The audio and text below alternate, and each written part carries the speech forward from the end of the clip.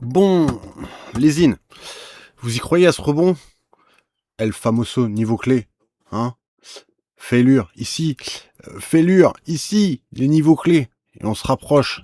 Et, au spoiler, on a, hop, momentum de baisse à nouveau.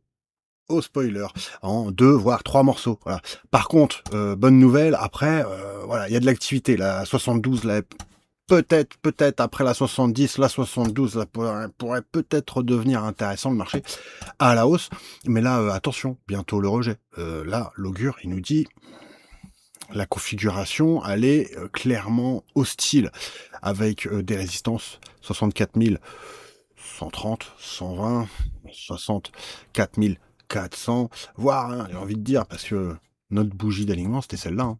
Le vrai momentum clôture, c'est 64 540, 550. Mais on n'achète jamais un momentum dans les hauteurs, encore moins une clôture verte, encore moins. Et jamais la TH, quoi. Là, c'est mauvais signe. C'est toujours mauvais signe. C'est toujours mauvais signe. On doit chuter à l'approche d'une tache solaire. Là, on va peut-être avoir des taches solaires, mais entre-temps, voilà, elles seront peut-être un peu plus balèzes. Hein. Entre-temps, on a une grosse dépression coronale. Sauvez Willy, les copains. Hop, voilà, tac, hop.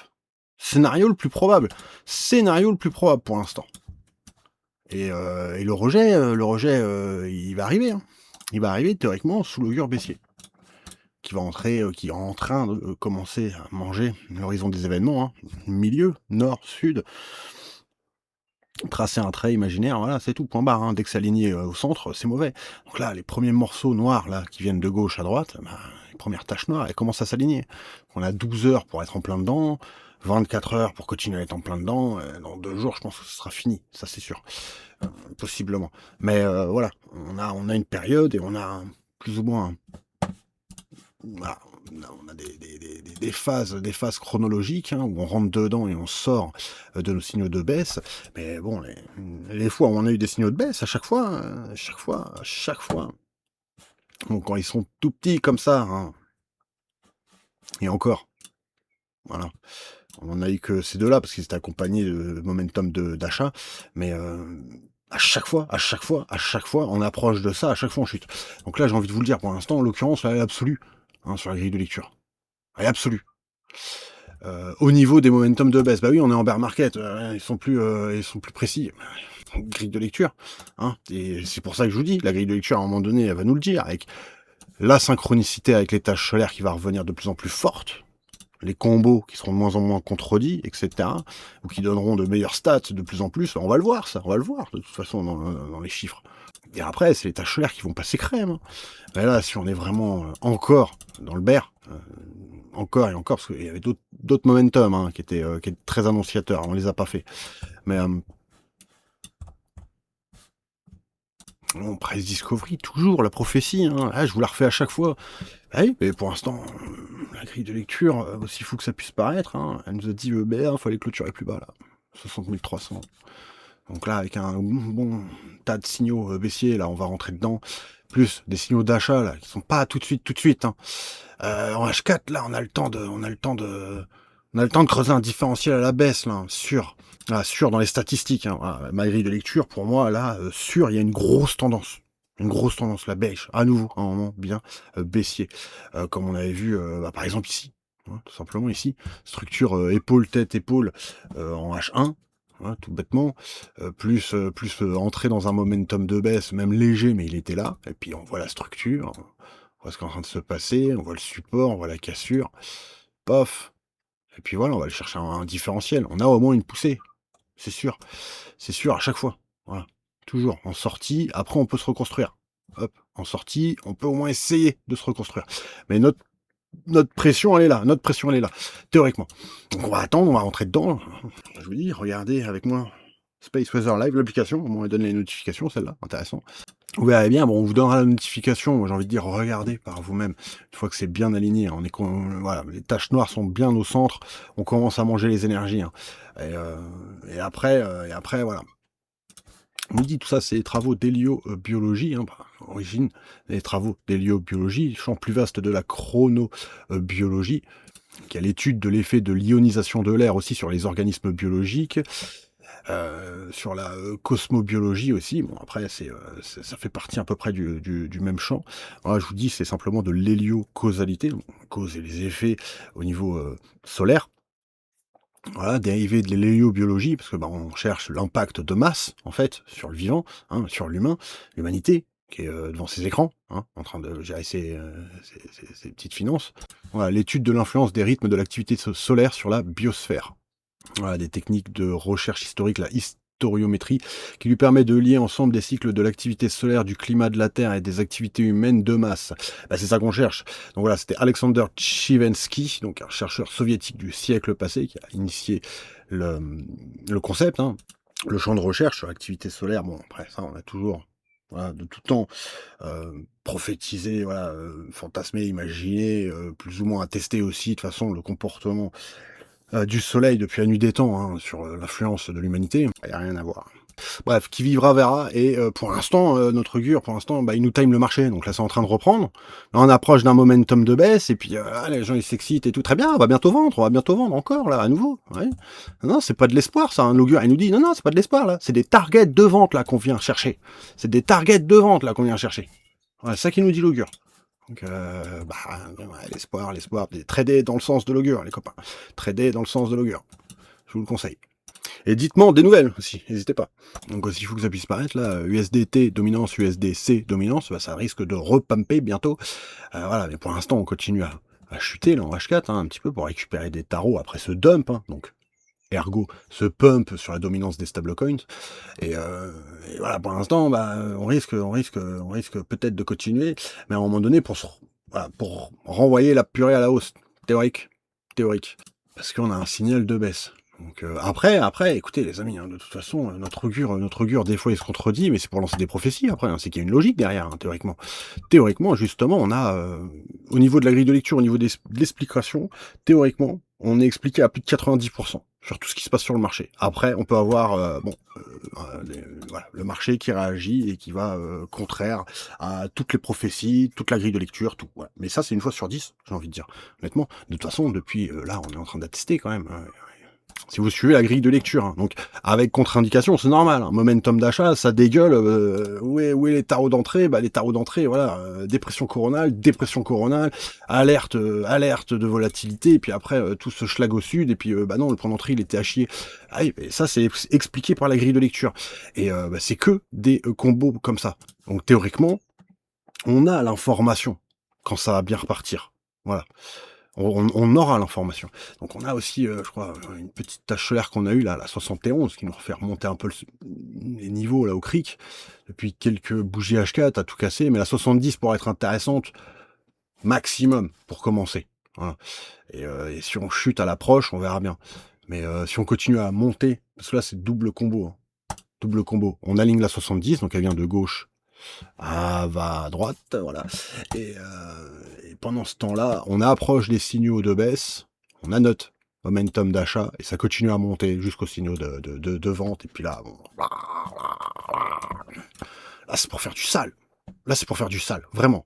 Vraiment. Plus on pousse à l'arrivée d'un signal d'achat, plus c'est mauvais signe. Je le remets ici, point barre, c'est mauvais signe. Un signal d'achat, on arrive là, c'est pas bon. La prophétie va être dégueulasse. Voilà. C'était sûr. Enfin, je l'ai senti, je vous l'ai dit. Hein. Donc pareil ici, toutes ces choses-là sont à prendre en compte. Donc faites ce que je dis. Enfin, écoutez ce que je dis, pas forcément ce que je fais. Sauf au spot, évidemment, parce que pour le tout. L'investissement, c'est réfléchi, c'est une vie entière. Voilà. On sera là, on est là cette année, on sera là pour les années d'après. Hein. Voilà. Donc pareil, tant que Bluffin reste dans le marché et propose ses services, bah moi, pour l'instant, je vais vous proposer ce portefeuille. Voilà, on repasse en négatif. Ouais, ça pique, c'est pas grave. Et bon, au niveau du différentiel, bon, on a écartelé tranquillement. Hein, on regarde vite fait le QNT, puis après c'est fini le débrief. Hein. On a écartelé tranquillement un peu plus de Satoshi. Là, hein. Donc le but, c'est voilà, c'est de commencer le DCA sur le BTC. Plus on va aller plus bas, plus on va avoir des signaux d'achat, et plus je vais vous acheter des bottoms, j'espère. Les plus bas, les meilleures promotions là sur le Satoshi. Et après, on a un bag avec une pondération majoritairement en Satoshi. Les stablecoins qui se qui se distribue de plus en plus, hein, parce que pour l'instant, il n'est pas très volatile le bag normal, hein, on a beaucoup d'USDT en cale, en fond de cale, quoi, et on a un peu de QNT, là, justement, parce que on commence, hein, on essaye de surperformer un peu le BTC, parce qu'on veut du Satoshi, en approchant le halving, au moins l'année 2027 et le halving 2028. Voilà, c'est le projet. Et puis on pourra passer à des 20, 30, 50, peut-être plus de 50% du bag, c'est que des alts. Voilà. Et on verra à ce moment-là, selon les graphes, selon ce qu'on suit et tout ça. Je rappelle le plan, les amis. N'hésitez pas, vous allez voir, normalement, on va essayer de tenir la volatilité du bag aux petits oignons, juste pour aller chercher voilà, le gras des mouvements, et on va essayer de sécuriser tout ça. Je fais déjà rien que pour l'exemple, hein. Personne. Ça, si. Mais bon, faut bien imprimer les statistiques, et puis commencer le boulot. QNT, BTC, ça retrace un peu, mais le break-up est là, on avait les appels de W là, et puis voilà, retest, hop, on repart là encore à nouveau. C'est bien, tranquillement mais sûrement. Et là, enfin, voilà, notre El Famoso, nouvelle touchette, à nouveau. Là, en regardant Weekly, bah, voilà, on a refait encore une touchette. Voilà, donc 1, 2, 3, 4 points de contact, là, plus ou moins 5, 6, presque 7. Ah, si on aplatit un peu le truc, voilà, les points de contact commencent à se rapprocher, c'est joli. Là, c'est vraiment joli. Invalidation, voilà, faut pas trop ravaler les grosses clôtures précédentes, là. Mais à partir de maintenant, une compression, la moitié de l'amplitude, là, de ce dernier mouvement qu'on tient, hein, voilà, plus ou moins ici, hop, et puis qu'on comprime là-dedans, qu'on break up ça, là, dans maximum quelques semaines. Hop, et on fabrique nos Satoshi. Hop. Et voilà, c'est tout. Et voilà. Et puis après, ça fera clic droit, vendre QNT, paf. À l'instant T, vu que c'est une pondération, là on est sur du holding, c'est du bag. À l'instant T, je retransfère sur du BTC, parce que là on est venu chercher un différentiel sur un graphique en BTC. Donc on vend contre du dollar, on rachète contre du BTC juste derrière. Voilà. C'est ça qui va se passer une fois qu'on aura plusieurs dizaines de pourcents d'écart là sur le QNT face au BTC. Par rapport au prix d'entrée, etc. Il y aura beaucoup de mouvements, hein. L'historique qui va être blindé à un moment donné. À ma manière, cette gestion. Mais on va se baser quand même sur quand même quelques piliers de base, un peu sur la mythos solaire aussi. Et on va aller les chercher, ces profits. Le but, c'était de charger sur la 63, la 64, je vous avais dit. Ça, c'était le projet. Et là, je peux pas. Donc augmenter la pondération ou rajouter des sous, début du mois, mais augmenter la pondération, pas possible, quoi. Même un billet de 10 ou 15 balles, bon après ça va être 10 ou 15%, plus ou moins, 10% de plus, voilà, si je rajoute 15 balles sur les sous que j'ai, mais voilà, je vous rajoute 10% de pondération en plus, donc, et c'était ici, voilà. Le combo double avec notre momentum de baisse, mais avant. Notre baisse effectuée, avec notre confirmation de fin de momentum de baisse et de début de signal d'achat, là, pile poil ici. Bon, on avait 3 piliers grosso merdo alignés. C'était ces deux-là que je voulais acheter. Et aussi, elle était tellement balèze celle-là qu'on l'a acheté. Et avec la promotion qu'on a eue depuis le temps qu'on attendait, j'ai chargé du Bitcoin, du Satoshi ici. Hein. Parce que bon, on en parlait de commencer le DCA et tout ça, fallait bien.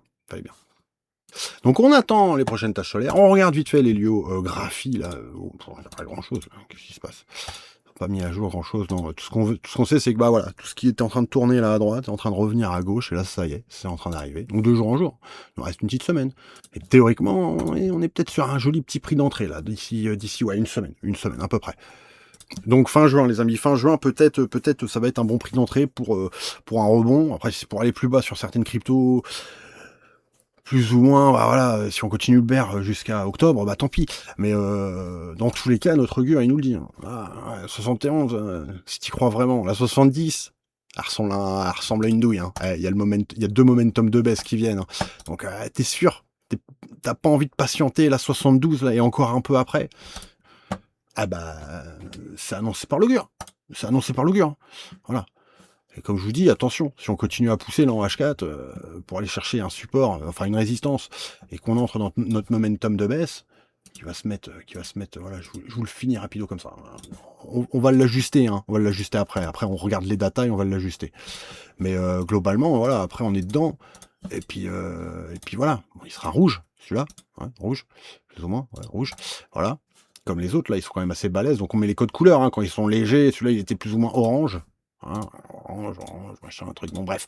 Alors on met des codes couleurs en intensité, et là, ce sera un momentum de short. Et si on continue à pousser là, on pousse, dans la dinguerie. On l'oublie la grille de lecture d'un coup, voilà. Pourtant ça marche, hein, là. Les dépressions coronales, elles fonctionnent bien là. Eh ben, on pousse. C'est la dernière prophétie, hein. Je vous fais ça, après je vous laisse. Ça veut dire que, oula, vous voyez ce niveau-là? Quoi qu'on fasse là, on va venir faire un gros plongeon de fou furieux après derrière, on va l'exploser ce niveau. On va l'exploser. On n'est pas fait, voilà, c'est pas bon. Et là, ces niveaux-là, pareil, je pense. Mais dans tous les cas, ça c'est une prophétie. C'est voilà, hein, la dernière fois, c'était ça. Ah, c'était ça. Ah, tu veux lancer de l'élan sur un bottom marqué sur un momentum solaire de baisse, et on a déjà chuté et on se prend une grosse dépression coronale. Celle-là, elle était balèze quand même. On peut regarder sur l'historique là le 29 mars et derrière, voilà. J'avais noté ça comme aberration à l'époque, donc j'avais laissé poser là et j'ai fait j'aime pas. On bottom sur des taches solaires, pas l'inverse. Donc grille de lecture me dit que ce niveau-là, il va faire boum à un moment donné. Voilà. Vous voyez? Et c'est comme ça qu'on fait les prophéties. Donc après, on peut aller chatouiller, au nord pendant assez longtemps, hein. Mais voilà, c'est pas, voilà, va pas falloir forcer ce momentum. Va falloir le purger ce momentum pour que ce soit propre sur le marché, pour la synchro solaire, on va dire. Voilà. Allez, je vous laisse sur ce, les amis. Pensez à cette grille de lecture, ces occurrences, je sais pas ce que vous en pensez. Après, comme je vous dis, ce sont des énergies, on peut, voilà, le marché peut-être est en train de changer, là, à cette heure-ci, on va transiger latéralement, en sortie de momentum, on va pousser très fort, ça se trouve, ça, il y a une explication à ça, mais il faut que ce soit marqué symboliquement, parce que là, purement et simplement, pousser, on l'a transité à la hausse, en fait, ce momentum, et c'est pas normal, ça va être une signature de mort, ça va être une signature de mort. Donc n'oubliez pas, regardez-moi un petit peu la symbolique, checkez les alertes de volatilité, trouvez les récurrences que vous pouvez exploiter, parce que je pense qu'il y en a, hein. C'est pas pour rien que je vous présente cette météo du Bitcoin. Sinon c'est peut-être déjà le moment de shorter. Et on entre dans le momentum, et on respecte la grille de lecture, et c'est bon, là, on envoie la steak, là, on va chuter. Bon, je vous laisse sur ce. On verra à quoi ça a ressemblé. Que la décentralisation soit avec vous pour toujours.